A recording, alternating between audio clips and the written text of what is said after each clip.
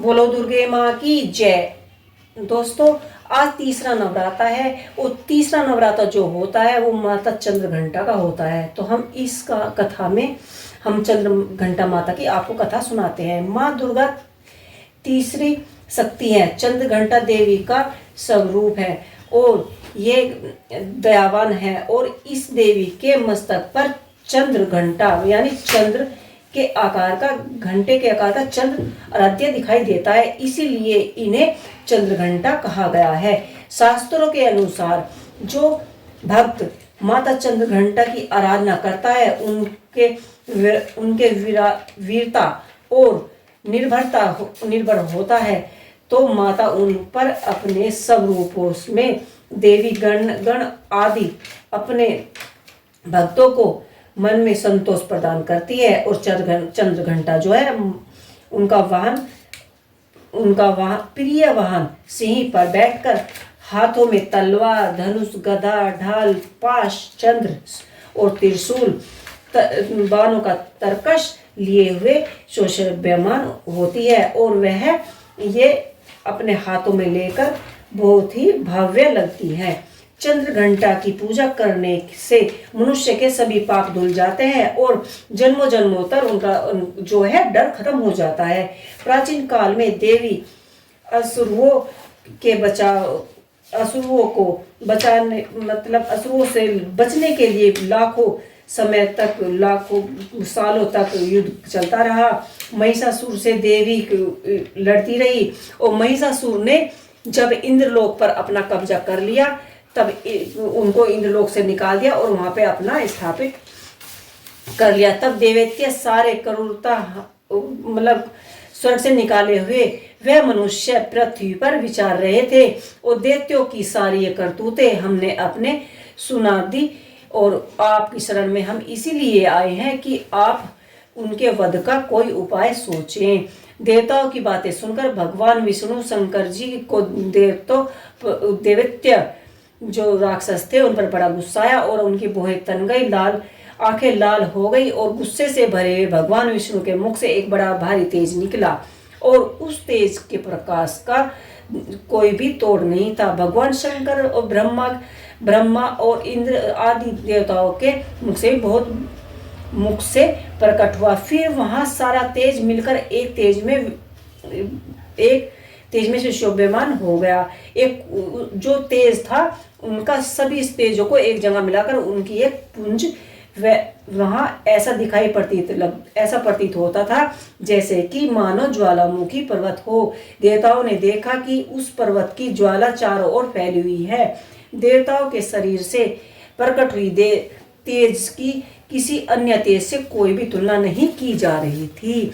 इस स्थान पर इकट्ठा होने पर वह तेज एक देवी के रूप में परिवर्तित हो गया और अपने प्रकाश को तीनों लोकों में व्याख्यात जाने लगा। और भगवान शंकर जी का तेज उसके तेज से माँ का मुख प्रकट हुआ। यमराज के तेज से सिर के बाल, भगवान विष्णु के तेज से उनकी भुजाएं, चंद्र के तेज से उनकी दोनों स्तन और इंद्र के तेज से जांघें और पिंडली, पृथ्वी के तेज से नातिम्ब और भाग बना और ब्रह्मा के तेज से दोनों चरण और सूर्य के तेज से उंगलियां पैदा हुई और वसुओं के तेज से हाथों की उंगलियां और कुबेर के तेज से नासिका बनी, प्रजापति के तेज से उनके दांत और अग्नि के तेज से उनके नेत्र बने। तो इस कहानी में माता रानी की जो है महिषी मेघ जी कहते हैं कि प्रजाति देवता उस देवी को देखकर अत्यंत प्रसन्न हुए और शंकर जी भगवान ने त्रिशूल अपने त्रिशूल से निकालकर एक त्रिशूल भेंट किया और भगवान विष्णु ने एक चक्र भेंट किया और देवी को वरुण ने चक्र दिया और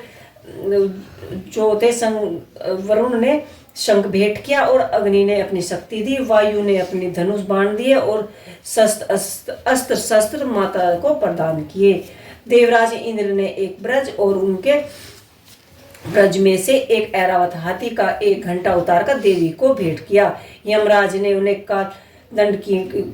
दंड दिया और वरुण ने उन्हें पाश दिया, पर जिन्होंने उन्हें सफट की माला दी और ब्रह्मा जी ने उन्हें करमंडल दिया। सूर्य ने देवी के समस्त रोम में अपनी किरणें जो होती है तेज उनकी रोम रोम में भर दिया। और काली ने उन्हें चमकती हुई ढाल और तलवार दी और ज्वालाहार और दिव्य वस्त्र भेंट किए और इसके साथ ही चामुंडा दी। दो कुंडल कान उज्जवल अर्धचंद्र बाह के लिए बाजूबंद, चरणों के लिए निपुर, गले के लिए सुंदर हसली और मालाएं, अंगुलियों के लिए रत्नों की बनी अंगूठियां और विश्वकर्मा ने उन्हें फरासा दिया और उसके साथ ही कई प्रकार के अस्त्र शस्त्र कवच माता को भेंट किए गए। और हिमालय के ने सारे मतलब सवारी के लिए उनको सिंह इसी तरह रत्नों में रत्न भेंट किए। और कुबेर ने उन्हें मधु से भरा हुआ पात्र और शेषनाग ने उन्हें बहुमूल्य मणियों के विषभूषित नागहार भेंट किए। इसी तरह से सभी देवी देवताओं ने माता को आभूषण अस्त्र शस्त्र देकर उनसे प्रार्थना की कि हे माता महिषासुर ने हमारा इंद्रलोक हमसे छीन लिया है।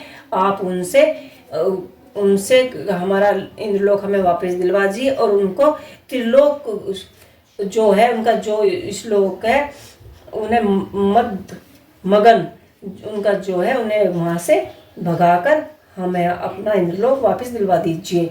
और महिषासुर के ऐसे क्रोध में की कोई सीमा नहीं रही। उसने क्रोध में भरकर यह सब क्या उत्पात है। फिर वह अपनी सेना के साथ दौड़ता हुआ जिस ओर भयंकर नाद का शब्द सुनाई दिया उसकी ओर पहुंचकर उसने देवी को देखा और वह प्रभा से तीनों लोग को अपने प्रकाशित से प्रभावित कर रही थी। चरणों से भारी पृथ्वी दबी जा रही थी। माते के मुकुट से आकाश में रेखाएं बनी हुई थी। उसने धनुष